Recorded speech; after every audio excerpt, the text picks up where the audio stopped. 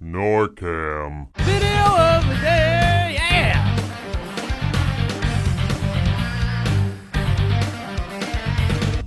Hey, Vsauce! Michael here. In 1872, French painter Romano Montesquieu ate his lead-based paints and died in his studio, right in front of his palette. But this begs the question, why is life such an awful series of miserable events? I recently traveled to North Reading, Massachusetts, where I found just that. Their memes were antiquated, society was in shambles, and even the public school system was in ruins.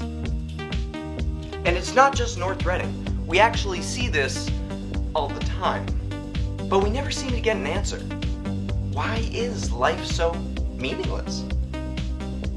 Philosophers have always attempted to answer this question, but they're all, well, bullshit, because humans have a tendency to lie to themselves into a self-actualized existence. So what's going on here? People ask why all the time. Why is the sky blue? Why didn't she call me back? Why did my family abandon me in the cold streets of the ghetto? But is why even the right question? I mean, the only reason we ask questions like why is because it's helped our ancestors in the past. It's in our DNA. Evolutionary psychology is the study of how natural selection has helped shape the way we think and behave.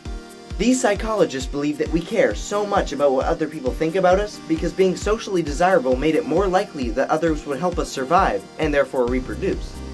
Likewise, some of these psychologists believe that we evolved to have these complex brains that ask the questions like why because it may have given us an evolutionary edge in the past.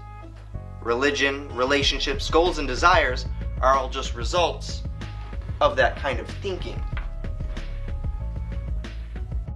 But life is just a recursive chain of chemical reactions that favors certain chemical reactions and discards others. There's no magic here. It's just how the particles in our universe happen to interact. We try so hard every day to be better a better person, to be better financially, to make the next biggest discovery for humanity. But does it all matter? The answer, of course, is no.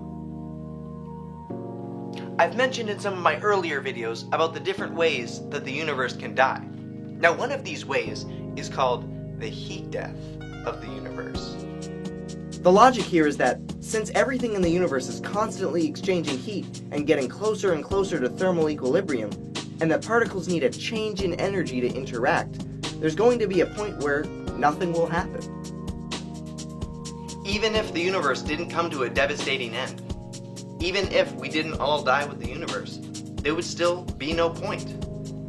All it's ever going to amount to, no matter how far humanity advances, is the imaginary rewards for the goals that we set ourselves. Live in agony, die pointlessly, and as always, thanks for watching.